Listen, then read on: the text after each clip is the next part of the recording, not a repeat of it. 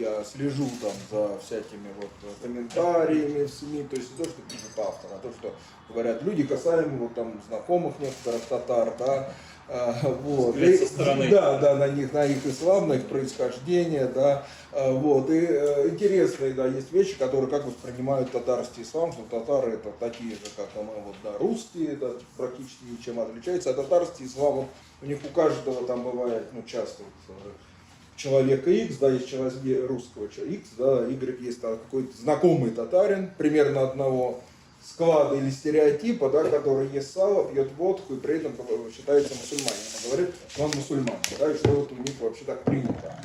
Да, это такой стереотип о татарском исламе, они говорят, что они вот такие мусульмане. Это, конечно, что есть негативное в самом вот в этом восприятии. Да. С другой стороны, здесь, конечно, есть другой интересный феномен, это то, что русское население, славянское население воспринимает татар как часть, ну, я даже не боюсь этого слова, русского мира, да, то есть, что татары все равно являются, вот это, есть там жители Центральной Азии, есть жители Закавказья, тоже, да, вот граждане Российского, Северного Кавказа, граждане Российской Федерации, но есть еще и вот татары, которые вот примерно как и мы русские, но вот они вот мусульмане, у них есть некоторые отличия. Я считаю, убежден, что татары к русским все-таки ближе, чем боснийцы. И культурно, и ментально, и там как угодно. Да? То есть это исторично, потому что складывались, именно потому что складывались вместе. Здесь главное там не язык, и вот не там.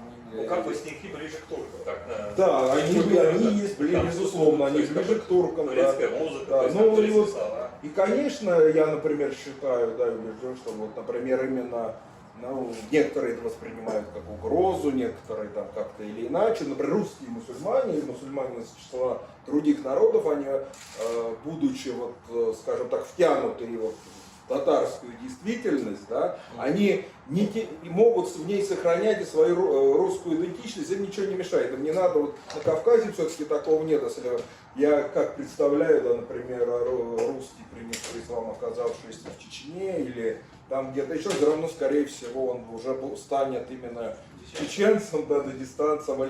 Здесь все-таки русский может остаться русским, да, он, будучи полностью, да, сохранить свою идентичность, сохранить даже свои традиции. С одной стороны, мы со времен Гийома де Рубрука знаем, да, что булгары злейшие сарацины, да, то есть и вся дореволюционная там имперская миссионерская экспертиза говорила о том, что татары это последовательные, строгие, убежденные, фанатичные, как тогда говорилось, мусульмане, да, это татарский ислам, да. С другой стороны, мы знаем, что татарский ислам это, как говорят, да, светское что-то такое, когда нельзя, но очень хочется, можно и так далее, да, то есть это некий такой лайт-вариант, да, и вот почему так получилось, да, что две характеристики под одним названием, да, буквально, да, но они абсолютно разные, да, вот, исторических причин, ну, наверное, действительно много, да, действительно, это процесс, наверное, можно увязать в целом с положением исламской уммы во всем мире в период 19-й, первой половины 20 века, да, когда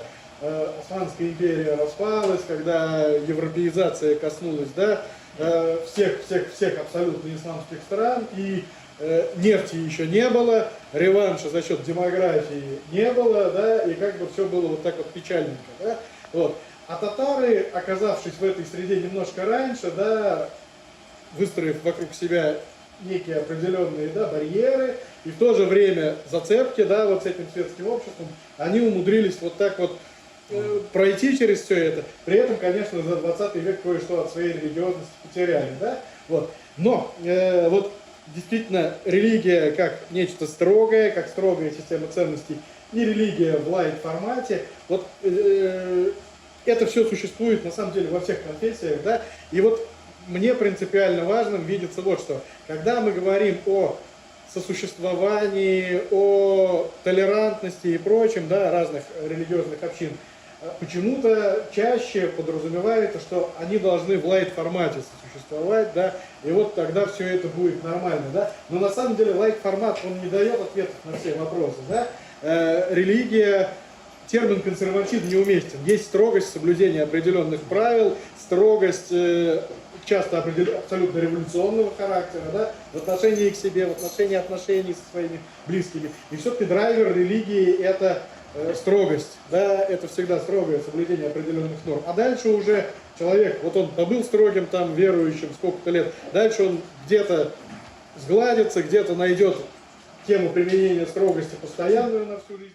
Она не нашла в исламе, куда пойти, где потусоваться, где найти знакомство, да, где найти Где современный общество. языком говорят. Да, где современный. Просто прийти в мечеть, садака кинуть и все, но это Не удовлетворяется. да, не удовлетворяется Статизм потребности. какой-то, Да. да. Да. А вот там пошли, они кричат, они общаются, чаи пьют, там встречаются, какие-то вот разные такие эти делают, мероприятия проводят. Это людям нравится. То есть сегодня в современном атомизированном обществе им охота куда-то прикрепиться. У нас мужчина может пойти в мечеть от намаза до намаза сидеть и разговаривать там, да, там найти кого-то. А вот женщинам, к сожалению, таких площадок нет. Вот то, что мы видим сегодня на Ближнем Востоке, когда я сам просто там жил, был во многих государствах исламских, там действительно может быть сосед, жить с мусульманином. Я вот жил, на моей площадке жили христиане в Египте. Они вообще никак себя не чувствовали какими-то обделенными, их там кто-то там третирует и так далее. То есть там они всю жизнь веками жили бок о бок, и никто никому не мешал. А сегодня вот навязывается, да, вот я не знаю, откуда это идет, наверное, Кирилл нам расскажет, вот, что вот это вот создается искусственный конфликт между не только мусульманами и христианами, и даже внутри исламского сообщества идет вот какая-то такая вот искусственное вот это создание конфликта. А мне кажется, вообще мы должны не то, что вот татары, есть вот звоночки, да, не звоночки, а вот я вижу эту тенденцию, что татары, они как раз таки вот, по крайней мере на сегодняшний момент, у них получается между вот этими двумя крайностями как-то лавировать. Это, конечно, исторически тоже сложилось. Ну и плюс вот в 90-е годы у нас работа проводилась, и мы вот эти, то, что в 90-е годы, когда на чистый лист бумаги, да, исламской, ну, мысли, вообще ислама не было, да, в Татарстане, да и вообще в России, когда приехали вот эти вот проповедники, они принесли свой ислам, свое видение ислама. И он, к сожалению, вот был такой однобокий, как раз вот черно-белый, да, потому что, ну, это люди воспитывались в другой культуре, они по-другому воспринимали мир, и во многих регионах именно сложилось такое понимание ислама. У нас немножко разный был. Во-первых, у нас был и турецкий ислам, и саудийский, там и в Пакистан, и в Иорданию ездили, и в Марокко. То есть разные студенты приезжали с разных, это тоже хорошо, вот этот вот симбиоз, как раз вот этот вот диалог. И плюс появились учебные заведения, где какие-никакие дискуссии были. Они привели вот к тому, что вот эти вот разные палитры, они у нас вот имели место быть, и это тоже хорошо. Нельзя вот только так и никак по-другому. Между Благовещенским собором и Конституцией тазики, таджики. Да? Старый, То есть это слободия у них было. вот, бухарцы, как население сибирских городов, в составе астраханских татар тоже были. Но это были представители такой элиты торговой, да, которые выезжали, создавали свои предприятия, бизнес. В Казани инициатором создания биржи для всех купцов был бухарец, забыл как фамилия, да, то есть вплоть до такого, да. Вот, это 19 век. А вместе с татарами занимались здесь, в Слободе? Да. Вот. Проблема миграции, о которой мы говорим сейчас, она больше напоминает проблему урбанизации в целом. То есть это 19 век, русские же крестьяне или татарские, приехали в город отходниками, первым делом пошли куда-нибудь на улицу Пески, да, не будем говорить, что там было, да, чем-нибудь заразились, потом подрались. Вот. Они это сделали как представители своего сельского общества, там, нет, или как представители религии. Нет, они просто оказались в неподходящей, непривычной среде, потеряли, да. Вот. То же самое потом советский период, да, огромные массы сельского населения, которые приехали, сформировались по коробкам, да, и снова седая ночь, да, вот это И вот слово пацана вспоминаю. да. Здесь проблема вот именно она не в том, откуда они, да, а в том, что люди оказались в большом достаточном количестве, Чужом зачастую утратив свои этноконфессиональные, в том числе признаки, да, вот, сохранив на уровне, да, ну, на групповом только солидарность, да, и этим никто не занимается. Потому что если человек занимается работой с мигрантами, действительно это очень полезно, это очень важно, если институт таким занимается, то он, соответственно, должен, ну, опять же, слово может, ну, предоставлять соответствующие услуги, да, то есть вот этих услуг имело какую-то пользу, в том числе и государству, в котором это все происходит, потому что здесь сплетается много очень важных факторов, рисков, угроз. То есть, если, в общем-то, мы беремся, да, мусульмане, за работу именно с мигрантами, то от нас соответствующий есть как бы и, ну, от нас хотели получать какую-то отдачу и, прямо скажем, само государство. Мусульмане должны выходить за рамки непосредственно, да, вот религиозной жизни, тогда действительно все вот эти мусульманские центры, мусульманские мромы, да, молельные дома, они должны иметь еще составляющую воспитания, да, и духовного, да, и, соответственно, воспитания именно как вот, граждан, да, Российской Федерации, возможно, будущих граждан, потому что, скажем, прямо многие стремятся получить здесь гражданство, да, они должны заниматься вот адаптацией именно, да, то есть не как там некоторые говорят, да, они с другого фланга, да, там, их надо всех ассимилировать, да, они должны все ассимилировать, имея в виду чуть ли не насильственную, там, например, чтобы они вместо мечети ходили в церковь. Нет, они должны не ассимилироваться, а адаптироваться. И говорит, когда она переехала сюда, в Казань, она начала работать в мусульманском салоне красоты, и у нее немножко раздвинулись представления вообще о действительности. Она говорит, приходит девушка без платка, но читает намаз. То есть для нее раньше такая комбинация была невозможная, то есть это что это? А тут она понимает, ну как так, она вроде не мусульманка, халяль кушает, намаз читает, но платок просто не носит, например. Или приходит такая другая мусульманка, ну не строго повязанным, как бы, да, там, у нее там шея или еще что-то. То есть, и при этом она видит, что у нее здесь есть сфера для реализации. Она может работать в салонах красоты, мусульманских, ну, как бы, условно мусульманских, да, скажем, ориентированных. Там, туда, именно идея в том, что туда приходят не только мусульмане, вот что важно, как кафе халяльные, да, приходят не только мусульмане. И как бы на самом деле за счет этого она видит, что у нее с одной стороны есть сфера для реализации, самореализации, да, и как бы ее никто не дискриминирует, и она может сохранять свою религиозную идентичность, и одновременно у нее расширяются взгляды. Она, в общем, уже не смотрит на девушку не совсем правильно повязавшую платок, как на там, кафир, да, там уже тем более, да, то есть, или там какую-то еще неправильную. То есть у нее как бы уже, то есть сам контекст, он очень смягчает, как бы вот, взгляды и радикальность. Ну вот если говорить о профилактике радикализма, мне кажется, что такая вот мусульманизация, включение мусульман в советские институты, она очень полезна. Я посмотрим, вот сколько людей себя называют мусульманами, да, там, из татар. Там, ну, большинство, подавляющее большинство назовут себя мусульманами. Окей, сколько практикующие? Ну, там 10%, дай бог, если я не знаю сейчас по статистику актуальную, ну, примерно так же, наверное, да? Так, что делать с остальными, да? Что у нас есть для них?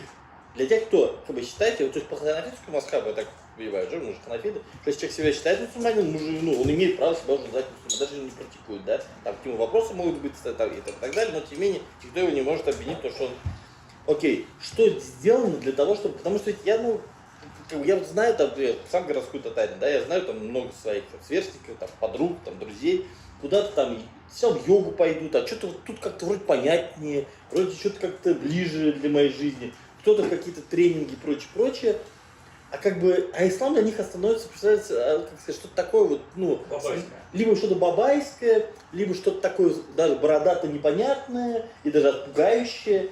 Да? Терроризм.